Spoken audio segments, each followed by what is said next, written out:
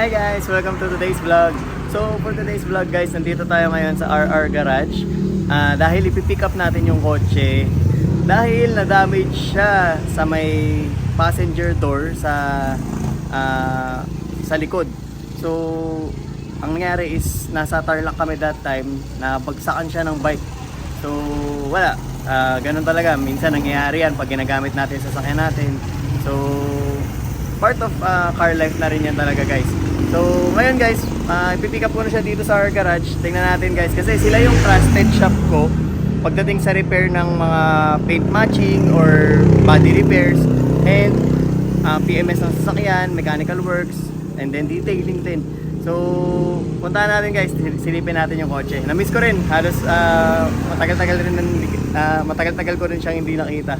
So let's go. So eto na siya guys. Andito na kami sa detailing bay ni RR Garage. So, pakita ko na lang sa inyo guys yung pictures nung naging damage dun sa rear door sa passenger side nung kotse natin. Diyan na lang sa screen. So, ito na siya ngayon guys. After ma-repair and repaint ni RR Garage. So, kung nakita nyo dun sa pictures, ang naging damage niya is dito. So, merong isang malaking may dent, then tatlong scratches na talagang lumabas yung bakal nung pintuan natin. So, talagang natanggal yung paint and primer as well. So, ito na siya guys. Sobrang solid guys, sobrang satisfied ako. So, if ever meron kayong mga inquiries, PM nyo lang si RR Garage. So, dito siya located sa Baliwag, Bulacan. So, o kaya PM nyo lang si Boss Ryan Tayo Tolentino.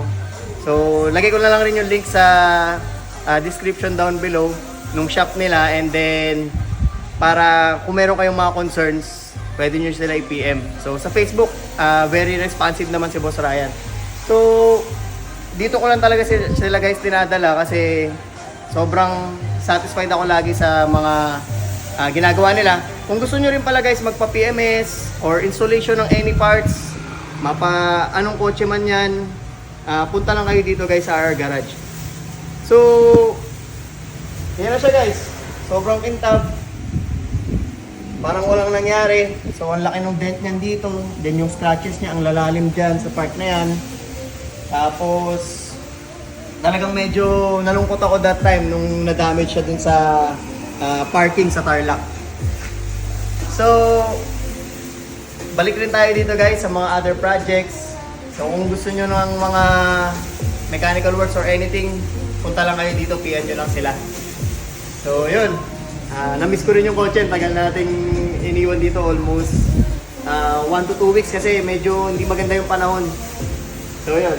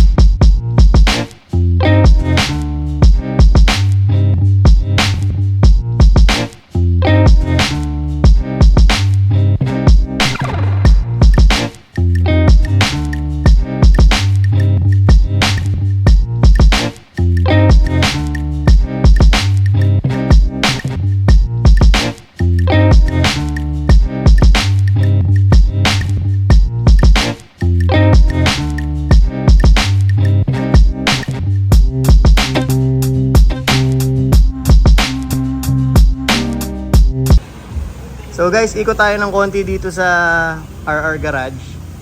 So ito, siguro isa sa mga customers nila to, kita nyo naman. Pajero with T37s. Sobrang linis. Another one is ito namang sunburst yellow na SIR. Kita nyo naman guys, ang tindigan. Toyo R888. Toyo Proxes R888. Tapos naka Rega Masters. So, napaka-solid. Tapos Pun Monoblock as well. Grabe guys ang tindigan nito. Napakalinis. So, isa yan sa mga projects ni RR Garage dito. Another Hilux na sobrang solid. Kay Boss Ryan.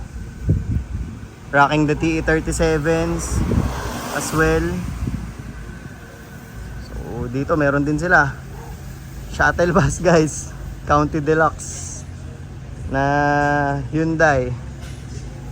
And then ayan, nandito yung mga mechanical works na pwesto nila Boss Ryan. So dito merong Light Ace na naka C28, tapos naka Potenza rin guys, na Bridgestone na tires. Sobrang solid. FK8 Type R guys. Another one. And then nandito naman yung mga paint booth nila. Sobrang solid. So I guess that's it for our short vlog for today. So if you have any concerns again, please PM. Nandyan yung link sa description ng RR Garage. So if you have any concerns, paint, mechanical, anything, undercoating, parts na papa-install sa Honda, sa mga hindi lang Honda, kahit anong sasakyan, PM lang kayo sa kanila guys. So please like, comment, and subscribe para sa updated kayo sa mga videos natin sa Honda City GR natin. So, ingat palagi. Stay safe. Bye. Peace out.